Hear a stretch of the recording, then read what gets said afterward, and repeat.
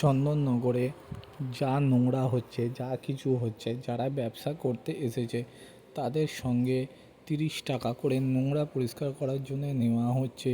এটা হলো চন্দননগরের প্রশাসন, কিন্তু প্রশাসনকে ট্যাক্স, জিএসটি নানা রকমের সব কিছু দেওয়া হচ্ছে।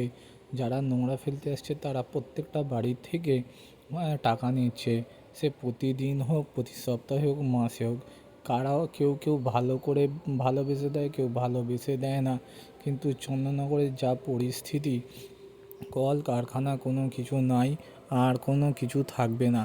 আর যারা ব্যবসা করতে এসছে তারা অনেক দূর দূর থেকে ব্যবসা করতে এসছে। চায়ের দোকানে চা নেই, খেলনার দোকানে খেলনা কেনার লোক নেই, সবাই শুধু ঘুরছে, মদ, সিগারেট, বিড়ি এইসব খেয়ে ভর্তি নাশ করছে। পাপড়ি চাটের দোকানে পাপড়ি চাট নেই। চন্দননগর স্ট্যান্ডে আগে বসার জন্যে মানুষকে চেয়ার পাতা হতো, এখন স্টেজ করা হচ্ছে। কি মন্ত্রীরা এসে ঠাকুর দেখবে বলে, ভিআইপিরা ঠাকুর দেখবে বলে। ভিআইপিরা কি ভিআইপি না? তারা সাধারণ মানুষের মধ্যে পড়ে না? তাদের জন্য স্টেজ তৈরি করে ঠাকুর দেখানো হবে। আরপিএফ, পুলিশ, তারা তো মানুষ, তারা টিভিতে, অনলাইনে ঠাকুর দেখতে পাচ্ছে না?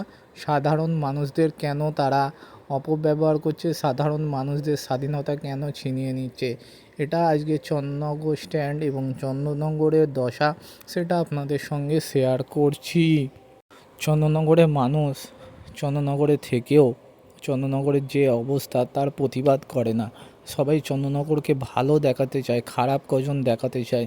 বিপ্লবীরা ছিল খারাপ, তাই তাদের নাম বদনাম, তাদের বাড়ির সমস্ত কিছু ভেঙে গুঁড়িয়ে দেওয়া হয়েছে। আর যারা ভালো ভালো কথা বলেছে তাদের নাম করা হয় এখনও পর্যন্ত। রবীন্দ্রনাথ, বিদ্যাসাগর, ক্ষুদিরাম। কিন্তু যারা বিপ্লবী ছিল, নেতাজি সুভাষচন্দ্র বোস, ভগৎ সিং, এদের নাম করা হয় না। কী কারণে? ওই বছরে একদিনই নাম করে লোকে।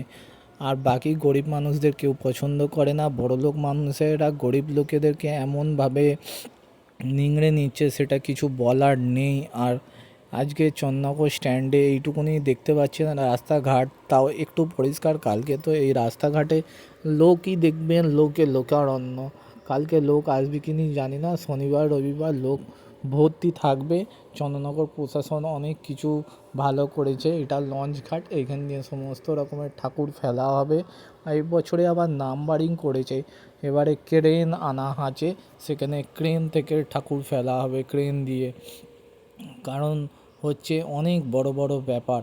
মানুষজন কি করতে চাইছে, কি করবে জানি না। চন্দননগর স্ট্যান্ডে প্রচুর দোকান করেছে, প্রচুর সমস্ত কিছু করেছে, সেগুলোর লোকজন নেই। তারা হাঁ করে বসে আছে। ব্যবসা করবে কবে, খাবে কবে, মানুষ কখন আসবে, এই হচ্ছে ব্যাপার।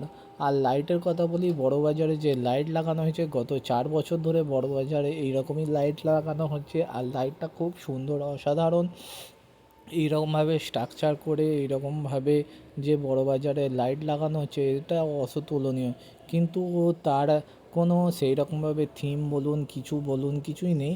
আগের বছরের মতনই হালকা একটু এদিক ওদিক থিম আছে, আর কিছু নয়। লোকে শুধু এইটাই দেখে আর এইটা নিয়ে প্রশংসা করে।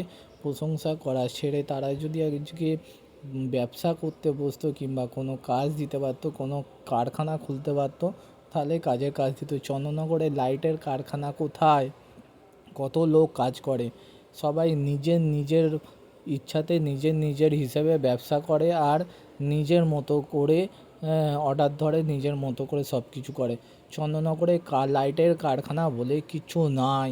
এটা হচ্ছে চন্দননগরবাসীর গর্ব হতে পারে, চন্দননগরবাসীর ফেলিওর হতে পারে। এটা আমি বলবো। কারণ চন্দননগরে যত ছেলে মেয়ে আছে সবাই লাইটের কাজ জানে, কিছু না কিছু, কম বেশি বড়। এই বলে ভিডিওটি শেষ করলাম।